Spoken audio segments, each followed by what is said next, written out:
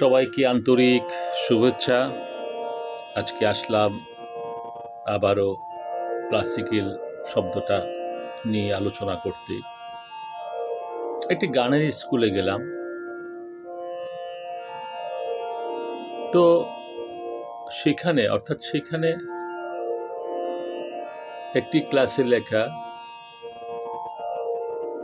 Classical বিভাগ, আরেকটি ক্লাসে লেখা রবীন্দ্রসঙ্গীত, আরেকটি ক্লাসে শ্রেণীকক্ষে লেখা নজরুল সঙ্গীত, আরেকটিতে লোকসঙ্গীত। এখন আমি সেই বিষয় নিয়ে কথা বললাম স্কুল কর্তৃপক্ষের সাথে যে আচ্ছা ঠিক আছে, এটা ক্লাসিক্যাল লিখছেন, এখানে কোন ক্লাস হয়, কোন ক্লাসটা? বলে ক্লাসিক্যাল ক্লাসটা এখানে হয়।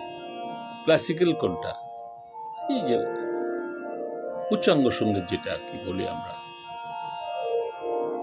আর পাশের ক্লাসটা বলে রবীন্দ্রসঙ্গীত, পরেরটা নজরুল সঙ্গীত। তো এইটা যদি উচ্চাঙ্গ সঙ্গীতের ক্লাস হয়, তাহলে ওই পাশেরটা ওটা কি নিম্নাঙ্গের কোনো সঙ্গীত আছে নাকি? উনি তো একটু রাগই করলেন, বলে এটা কি বললেন? তো উচ্চাঙ্গ সঙ্গীত মানে কি? উচ্চ অঙ্গের সঙ্গীত। তাহলে বেতাল বেসুরা হলে কি উচ্চ অঙ্গের থাকে? আর ফার্স্ট ক্লাস করে ওখানে রবীন্দ্রনাথের গান, নজরুল সঙ্গীত, লোকসঙ্গীত সুর তালে লয় কত সুন্দর গাচ্ছে, সেটা কি অঙ্গের? বেতাল বেসুরা যদি হয় উচ্চ অঙ্গের, এটা কেন? তখন কিন্তু কোনো সন্তোষজনক কোনো জবাব উনি দিতে পারলেন না। তো আমাদের এখানে হয় কি, শুরু থেকেই ক্লাসিক্যাল গান, ক্লাসিক্যাল শিখতে হবে, তা নাহলে গলা মজবুত হবে না। ফাইন।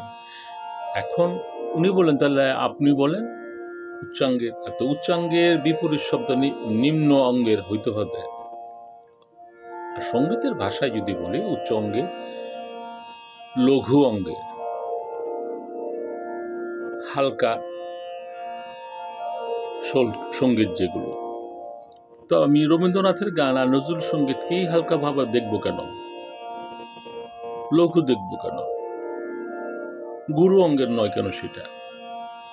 অর্থাৎ সব গানই উচ্চ অঙ্গের, এইখানে আগে আসতে হবে। পারফেকশন যদি থাকে, সব গানই উচ্চ অঙ্গের।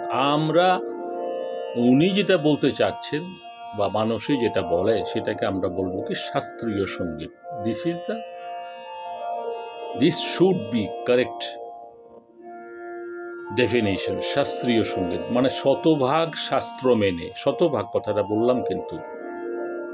তাহলে কি আধুনিক গানের কাহার বাতালের শাস্ত্র নেই? থাকবে না কেন? ওই যে কাহার বাতালের গান হলে 8 মাত্রা, এটা তো একটা শাস্ত্র, এটা তো একটা শাস্ত্র।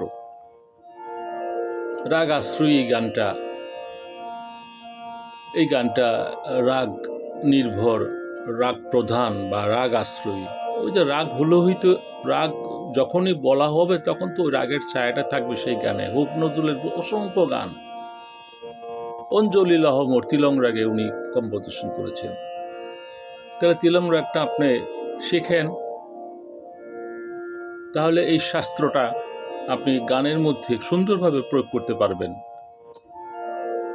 শাস্ত্র কোথায় নাই? সবখানে। রবীন্দ্রনাথ কি শাস্ত্রীয় সঙ্গীত করেন নাই? তালের দিক দিয়ে উনি করেন নাই? চৌতালে গান ওনার কি নাই? ধ্রুপদ অঙ্গের গান কি কবিগুরুর নেই? তাহলে সে ধ্রুপদ তো একটা শাস্ত্রীয় তাল,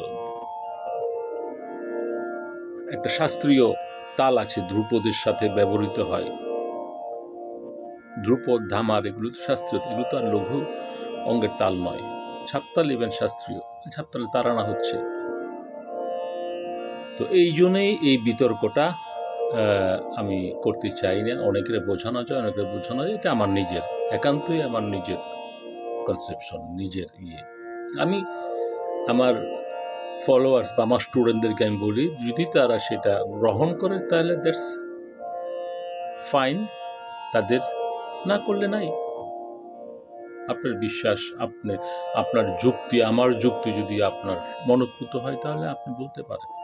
সবাইকে আশা করি আমি যতটুকু আমার লব্ধ জ্ঞানে আমি ডিসকাশন করেছি, আশা করি অনেক আমাকে কয়েকজনে বলেছিলেন যে বিষয়টা নিয়ে একটু আলোচনা করতে। দ্যাটস ওয়াই আমি একটু আজকে এই বিষয়টা নিয়ে কথা বলেছি। আমাকে অন্যভাবে নেবেন না। সবাইকে আবারও শুভেচ্ছা, ছোটদের স্নেহ, বড়দেরকে আমার সশ্রদ্ধ সালাম। ভালো থাকবেন।